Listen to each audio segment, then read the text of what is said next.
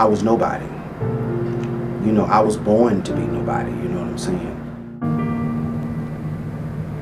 I just didn't fit.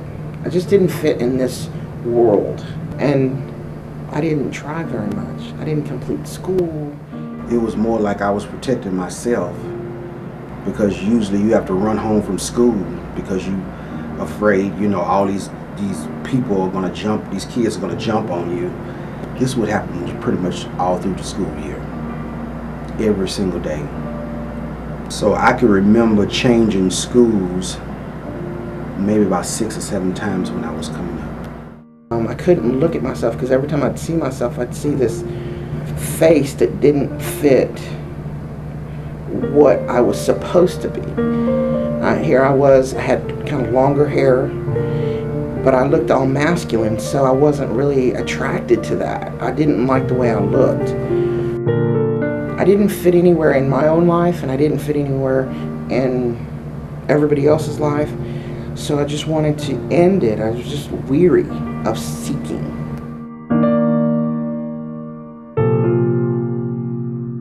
Just took a handful and laid down, and I just remember seeing all this light all over the room.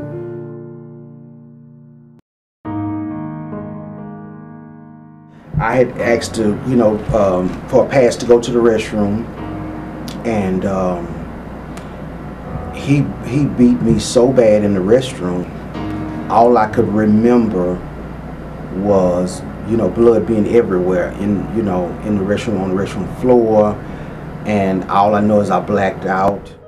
And there was a guy that also knew my family real well, and I never forget, you know, he hit me in the head with a rock. You know, it was a pretty big rock, and actually I had gash. I had to have over 50 stitches put in my head. Actually, I still have that same scar in my head today. I think the very first time I attempted suicide is when I was about 13 years old.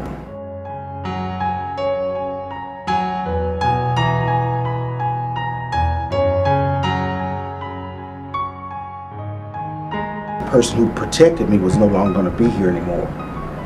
So then, after being moved around to different households and dealing with people's, you know, attitudes of not wanting to be bothered with me as being a gay male, and then abuse, you know, from going to school, dealing with that type of abuse. I had a few friends of mine that used to use drugs, and seemed like those people at that time who were using drugs seemed like they cared about me more than the people who wasn't using drugs. So then I found myself using alcohol. I found myself often at times wanting to commit suicide. I upgraded. You know, I went from alcohol to cocaine. And I was actually using cocaine at, I want to say, at about 14 years old. I had done it on a Tuesday or something, and I woke up like days later thinking it was still that same day. And I'm like, wait a minute, what happened? Then I started going, something's wrong here.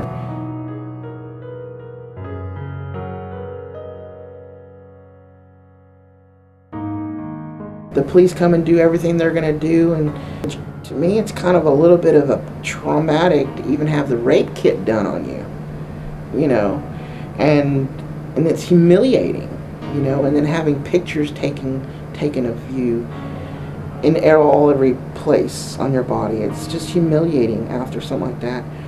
And then they say, okay, you can go home now.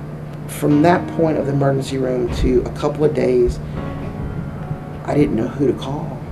And now I've just been sexually assaulted, and no telling what else had happened, and I've lost all these days, and then I'm really just down, panicked and everything, and I called everyone, and just nobody seemed to understand. But I called some crisis hotline, and either it was here, I don't remember because it's all groggy, Either it was here or it was, they put me through here.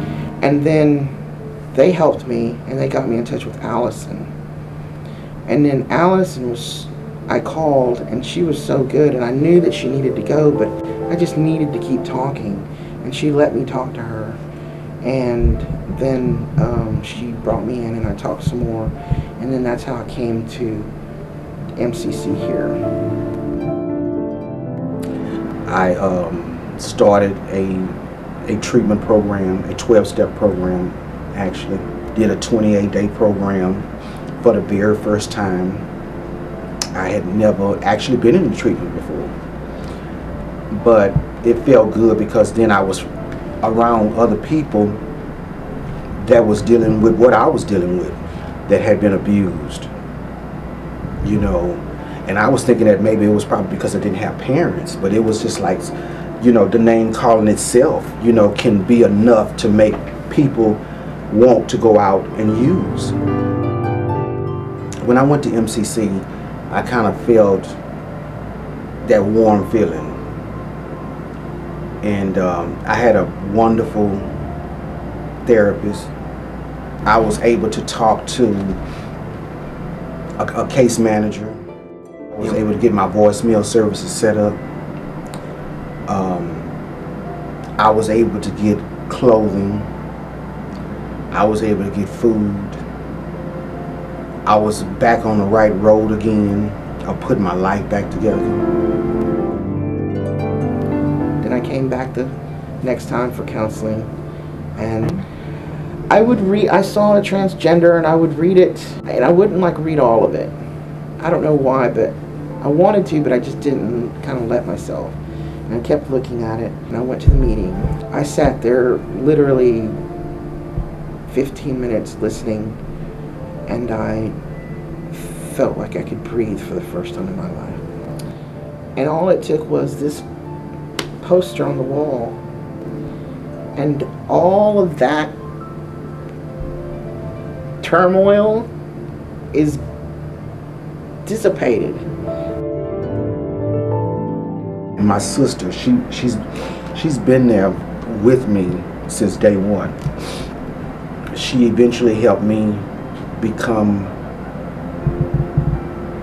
a personal advocate, you know, in the community. You know, she said, well, is it something that, I know it's something out that you can do. She said, what about trying to help someone? And never to this day, I would have never thought that I would have been an employee of Montrose Counseling Center today, helping people who's in the same situation. Because I have seen from the very time that I have became a client just until the time that I started working here. We're offering more services here at Montrose Counseling Center. The name is getting bigger and bigger in the community every single day. We're helping more people. We're testing more people. We're getting calls. My mailbox is full at my desk right now. What clients that we have helped through our Rental Sisters Hopper program, through people that just learning their HIV status, getting them into treatment. We have more clients that are referring other clients to us now. Because they helped me, I know they can help you. And that feels good. And I don't want to work nowhere else. You know what I'm saying? This is where I want to retire from. And because I see we're growing, and anytime you with an organization that is growing, I want to be a part of it. I want to be a part of Montrose Counseling Center, well, Montrose Center.